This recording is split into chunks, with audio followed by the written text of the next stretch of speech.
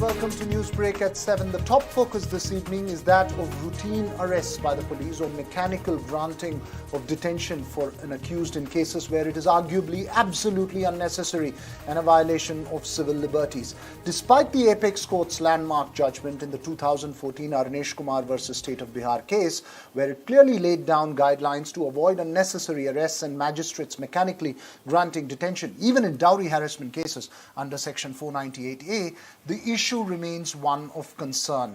Overturning an order of the Jharkhand High Court denying bail, on Monday the Apex Court took the issue of routine arrests and denial of bail seriously. Again, lamenting a violation of its orders, it has directed high courts and police chiefs of states and union territories to immediately issue instructions to stop arresting accused in minor cases, most minor cases, where the punishment is up to a maximum of 7 years. There are exceptions to the 7-year guideline, but the focus is to protect civil liberties and ensure that arrests and granting of remand is not mechanical. It's an issue of great concern, remember, in a country where we have over 4.2 lakh under trials in our jails. Joining us this evening, Dr. S.T. Ramesh, former Director General of Police in Karnataka, along with Sanjay Hegde, Senior Advocate of the Supreme Court. Thank you too for joining us. My first question to you, Dr. Ramesh, is it a systemic collective failure that despite the 2014 Supreme Court order, we've still not been able to curb or curtail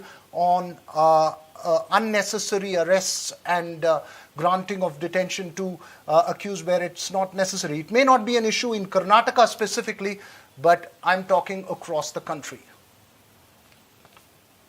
It is a systemic problem, and what happens is police make the arrest rather mechanically and routinely. There are reasons for it.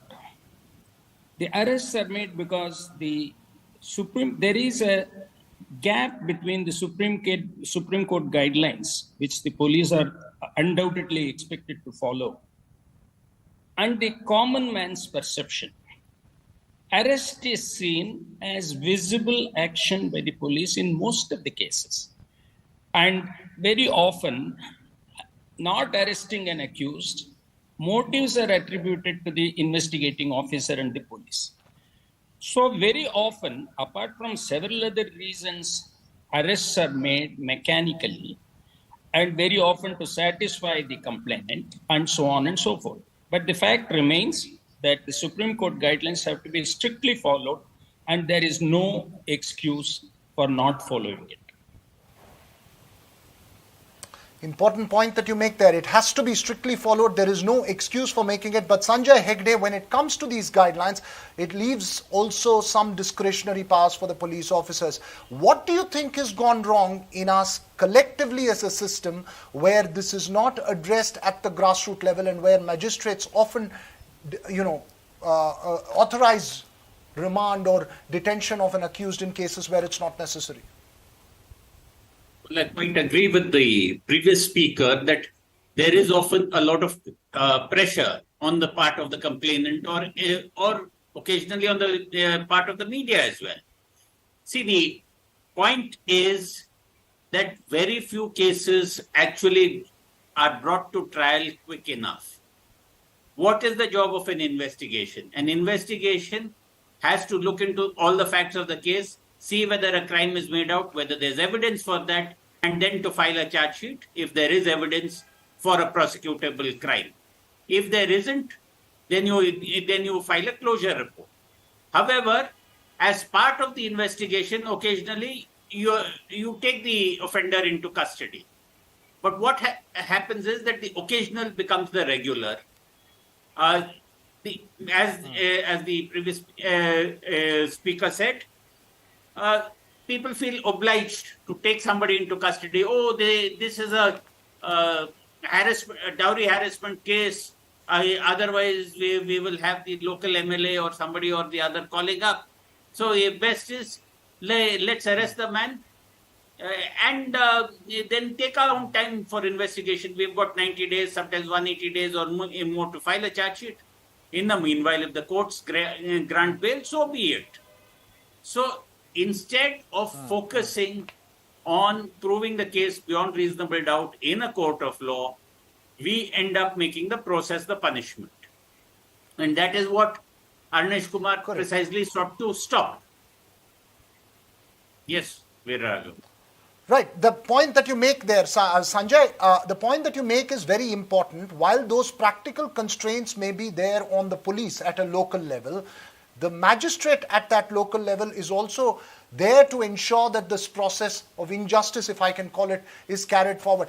Why is it that systemically, culturally, these detentions are authorized at the magistrate level? The magistracy is supposed to, at the remand stage, check whether a remand is justified or not. The magistracy is also as overworked as the local policeman. So the policeman brings someone before it, the magistrate says, okay, what is it? What is special? Let's say you want remand for how many days? I'll remand the man, and then we will see about bail. So at the initial stage, the question of what can be weeded out, what need not end up in an arrest is never actually adverted to. And if we end up putting under trials into overcrowded prisons as part of the remand process, that is what can't long continue. And therefore, at least in crimes where the maximum punishment is 7 years or less, the courts have said that please strictly adhere to the Criminal Procedure Code. First, give the man a notice asking him to join your investigation. Only if those notices are disobeyed, that is when, if you feel it necessary, then arrest the man. Right, it's an important point that the court has made, but Dr. Ramesh, how do you make sure that this is implemented at the grassroots level? As somebody who was in charge of the entire Karnataka police force, at the police station level, how do you ensure that there is both sensitivity and sensibilities involved while making an arrest? And what are the practical difficulties that you would face as an officer in charge? I will deal with it step by step. Let me first talk about the practical difficulties. It is not easy. The investigating officer is under great pressure from the complainant in respect of cases which are sensational. There is enormous public and media pressure. And apart from that, to clear himself from allegations, he makes those arrests. And thirdly, if it's a woman is the complainant, there's always the sympathy factor. You always try to be sympathetic and empathetic to the women's cause. So you give the benefit of doubt to the women complainant and make the arrests. So there are several reasons. At the ground level, the police officer, investigating officer is functioning under enormous pressure.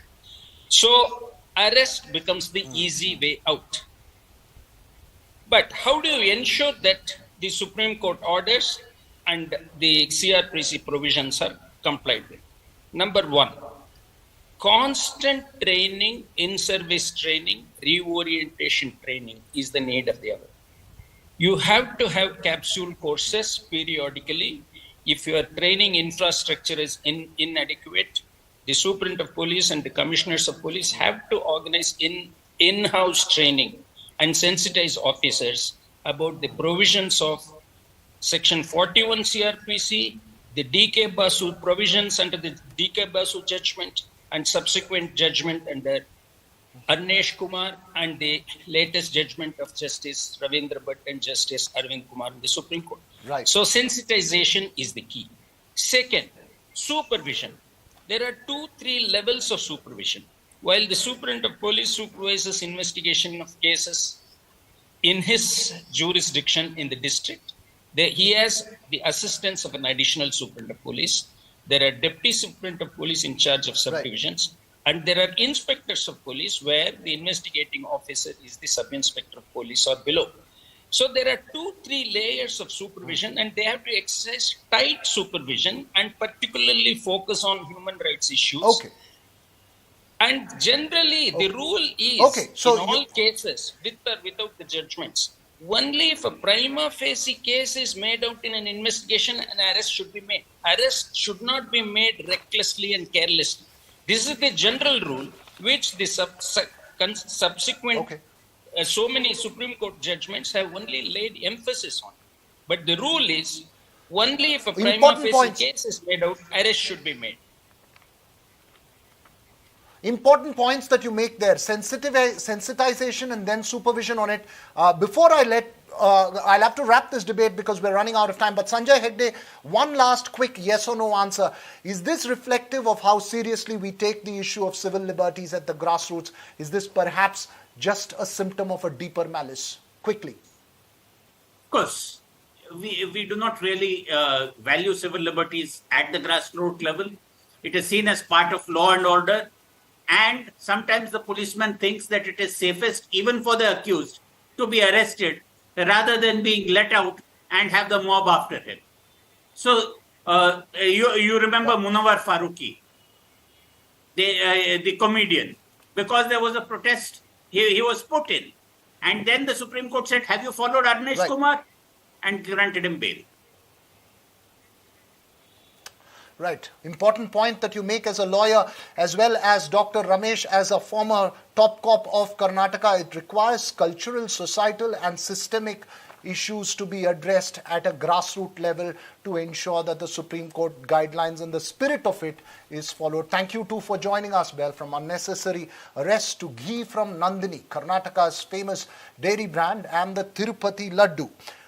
Both seem to be trapped in Karnataka's charged political atmosphere. While Karnataka Milk Federation has supplied tons of ghee several times to the TTD for making laddus, it did not do so in 2021. It did not bid for the ghee contract in 2023 as the price offered by TTD was way lower than Nandini's expectations. This was perhaps purely a business decision.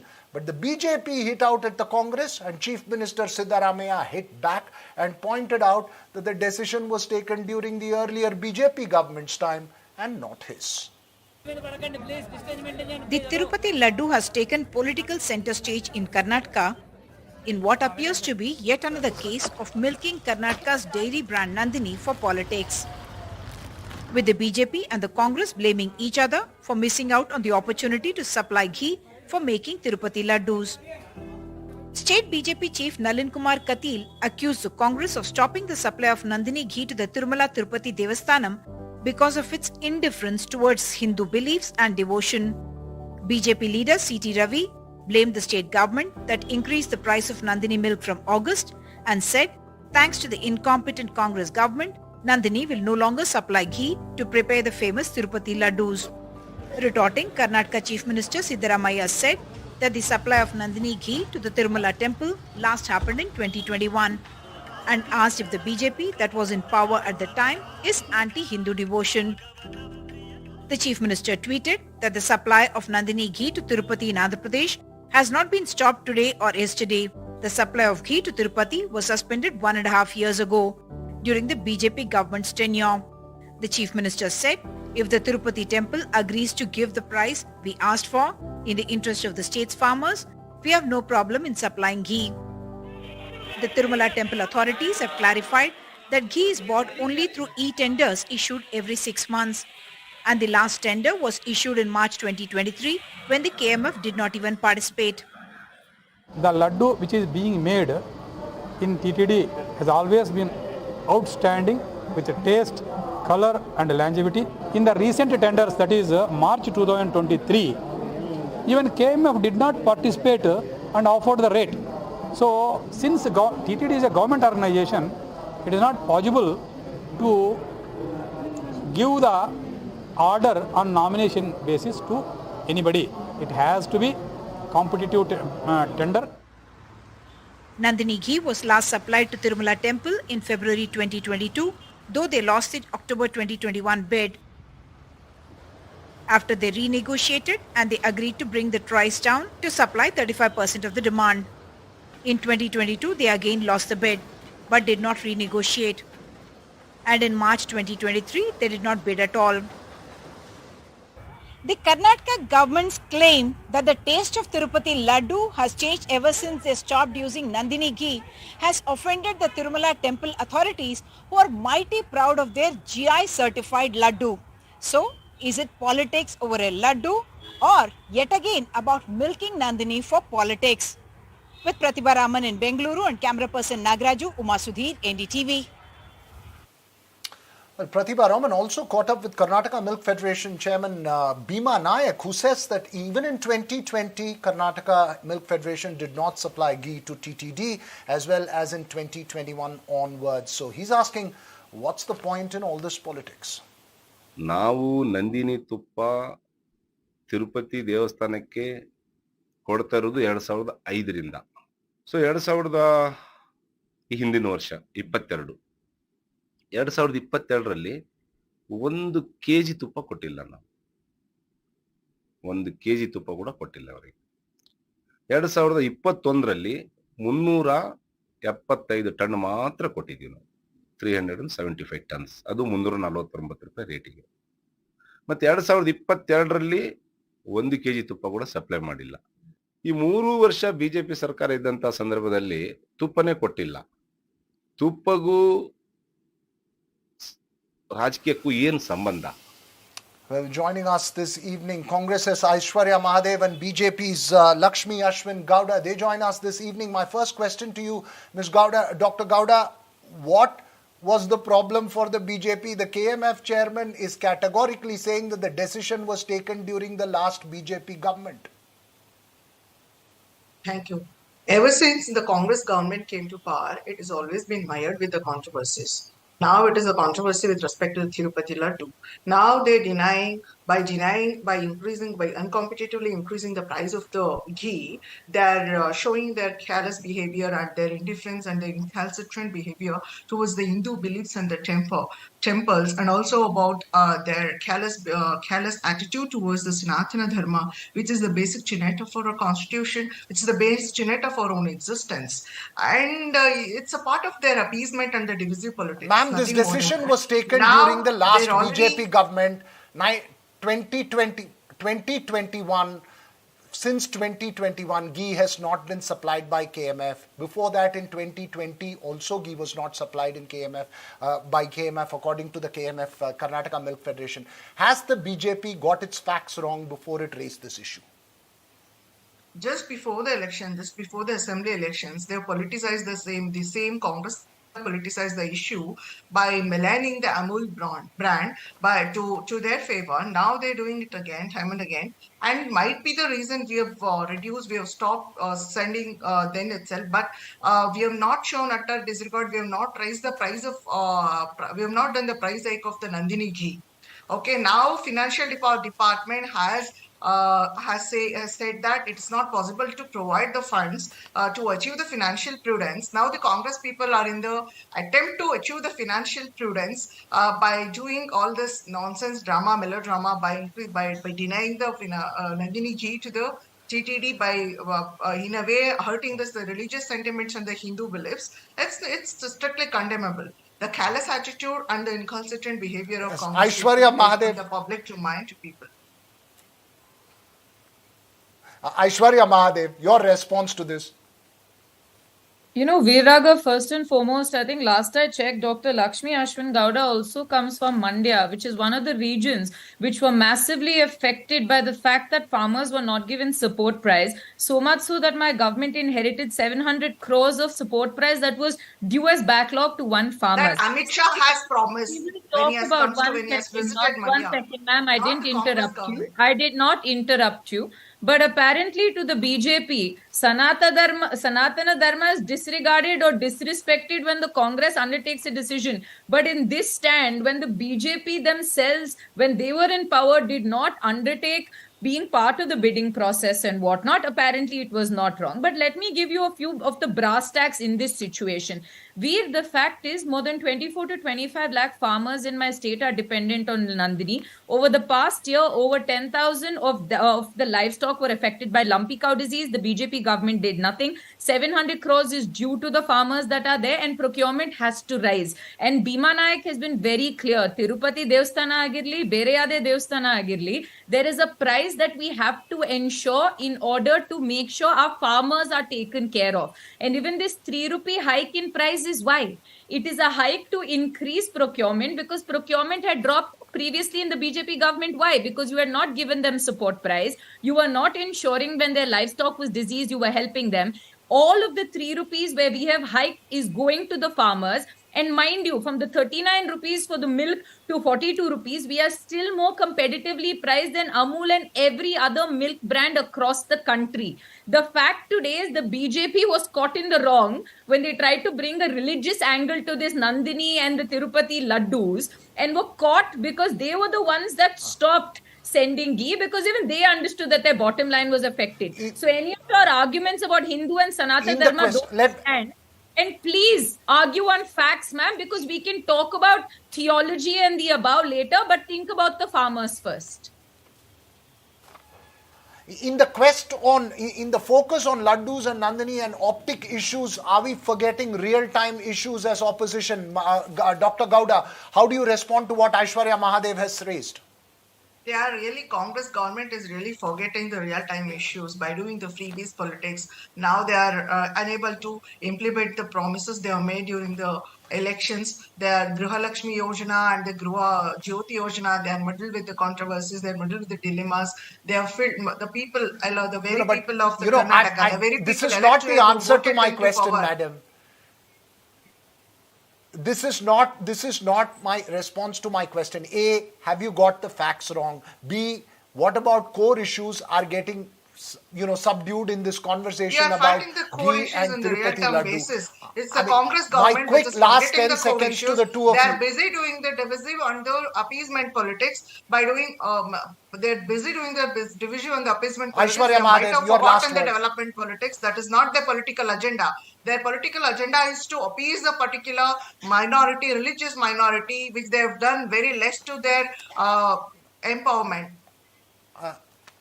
Aishwarya Mahadev, your last word on this. I really expected to be on a show where I would have facts and figures, but apparently ad hominem attacks and rhetoric is all that the BJP is capable of. But in this Nandini TTD Laddu issue, the BJP is clearly in the wrong. We have done what is right for our farmers, and we believe we will stand by our farmers, and the BJP can find new issues every day, but they still have no hold in my state because they are completely wiped out, morally bankrupt, and maybe they should spend their time finding an LOP instead of having debates like this, which are non-starters.